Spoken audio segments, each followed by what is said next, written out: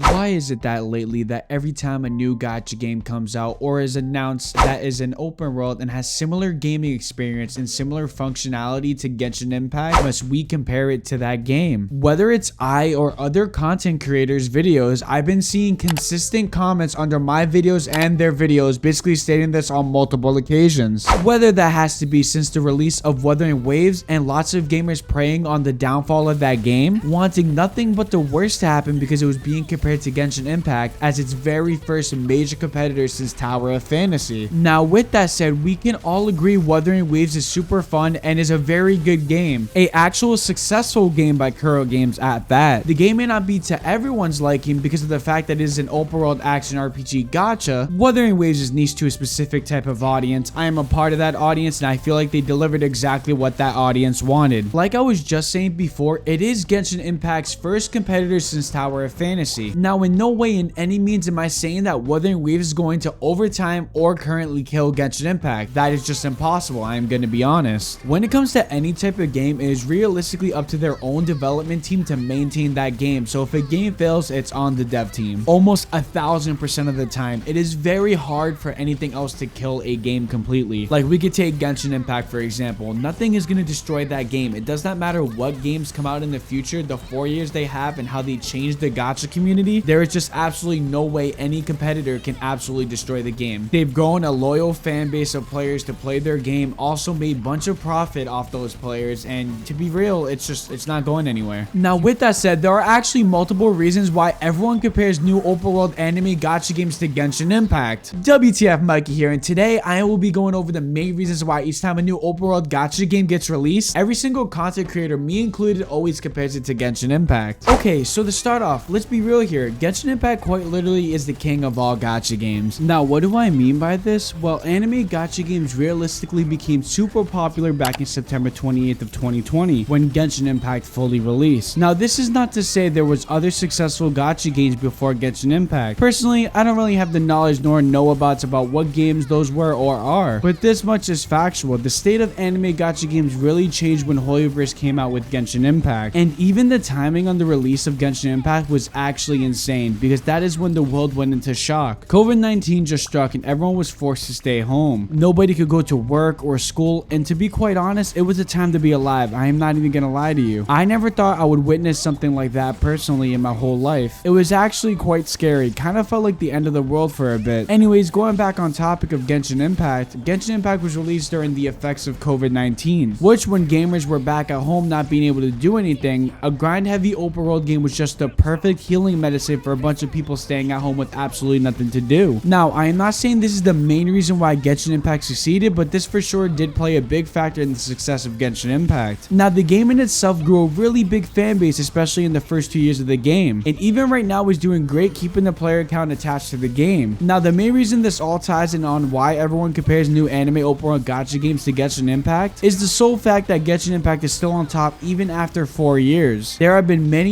gacha games who have tried to take the throne of Genshin Impact, but it still hasn't happened yet. Nobody was able to steal the crown. Now with that said, although Genshin Impact is on top, it still will fail to meet lots of gamers' interest because of the casual aspects of the game and being super grind heavy. And yes, I know most open world gacha games are grind heavy, but Genshin Impact definitely is a big one considering the fact it is in 4 years of the game. Now there is a lot more reasons why gamers would rather not play Genshin Impact and look for another open world game like Genshin Impact. So when a new open world game releases like Wuthering Waves or the upcoming games Never to Everness and Azure Promelia, of course it is going to be a perfect reason to compare it to the godfather of the most successful gacha game to date, Genshin Impact. Or if you talk to somebody about a game like that, mentioning Genshin Impact has more of a probability of being known over other gacha games. Now of course another big reason why everything is so compared when it comes to Genshin Impact is the similarities between open world games and its gameplay. Now for example, I got comments in a recent short video I made about the announcement of a new open world gacha game with simulators to Genshin Impact. This game being Neverness to Everness. I was saying that the game would be like GTA Genshin Impact. The main reason being that it is an open world gacha game that has interesting different features like being able to modify and drive sports cars around, buy and decorate your very own home, and even run your own businesses. Now obviously the GTA features feel like driving a sports car around, being able to modify it and edit it, and then also running your own business is all kind of a city life like features. But although they have their similarities, we can also say they have their differences as well, and that's what separates differentiates open world gacha games from each other. Although both games, Genshin Impact and Never to Everness, have their own spin on the combat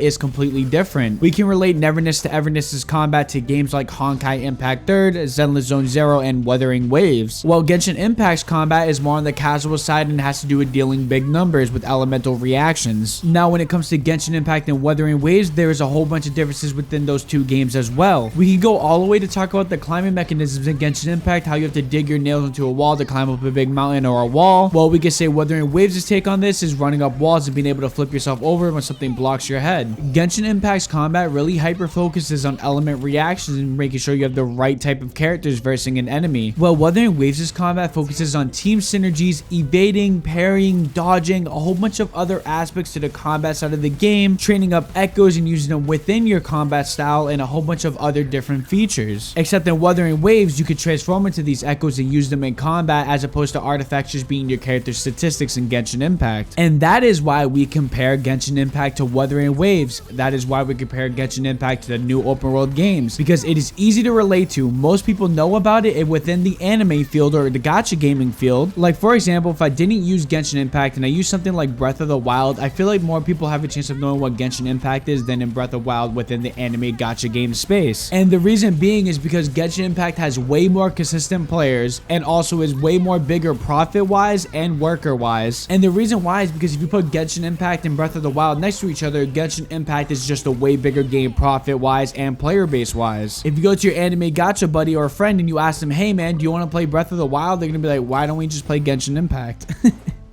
I'm just playing. But in all seriousness, these games really do have a lot of similarities, but are really quite different, and they all have their own spin-off. Now, of course, we also do have the side of the gaming gacha community that really refuses to accept any other open world game. And this side of the community is like a Genshin Impact cult. They swear by the game and they divide their whole entire lives to that game, which I'm not saying is really a bad thing to like only one video game, but it's also a bad thing to try to hate on other video games that are coming out because you are just obsessed with this one game. And this is not only a problem in just gacha game anime space, it's also a problem in the gaming industry in general. When devoted fans to one game or one company feels change or sees change, people start to freak the hell out and will do anything in their power vocally to try to hate on that game, to try to get it to shut down, when it's absolutely a waste of time. If a game's gonna be good, a game is gonna be good. There's just nothing you can do about it. And no individual person has a right to actually take away from others that enjoy that game. Just because one person doesn't like it, or as one person voices their opinions as saying that they don't like it, doesn't mean you gotta be a follower and pretend like you don't like it. If you enjoy the game, just play the games you enjoy. The important thing about gaming is to remember to always have fun. And sometimes it's really hard to keep track of that because games can be really addicting. You could try to lose focus to the whole reason why you're playing it in the first place. Just play what you like and have fun. Now, how does this tie with open world anime gacha games being compared to Genshin Impact? Well, it's actually quite simple. The community will go on and say games like Wuthering Waves is completely ripping off from Genshin and copying it one-to-one. Now, if that's the case, then we are still comparing the games, correct? Now, let me correct people real quick. If this was a one-to-one copy, then the games wouldn't feel different. The games would be exactly the same. Combat's different. The ecosystem and the artifact system is different. You know what?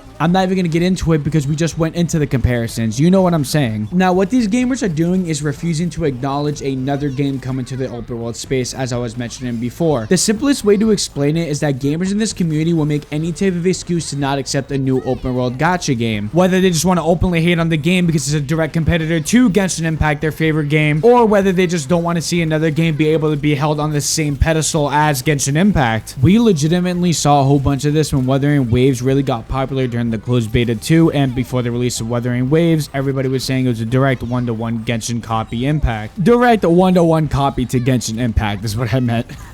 Now, moving on to the gacha system, and gacha games in general are always going to be compared to other gacha games, especially for the sole fact of free-to-play players. Some games are just not really worth the time and energy for lots of people. This is a big thing with those gamers who stick to free-to-play and gamers who play multiple gacha games like myself. So, the rewards and how the summoning system works is always going to be a good thing to compare for people wanting to play an open-world RPG game. Alongside the development team is an important one as well. The way the development team listens to their community is very important for players. I mean, most people who are serious about a game look into the development team's reputation and all that. Me personally, I did not do all that. I feel even if a dev team had a bad history, it is okay to give them them a redemption chance to see if they genuinely care about their audience. All in all, this is a life thing. Everything in life is going to be compared. And when a new game comes around that is basically like the top dog game in that genre, anything in that genre of game that comes out that is going to be listed as a competitor to that game, no matter what, people are going to compare it. Content creators, people, everybody's going to compare it. Well, that is all I have for today, guys. If you guys did enjoy the video, please smash that subscribe button so you can find your way back to my channel. Leave a like, comment your thoughts, and join the community Discord down in the comment section below. That's it for now. Peace.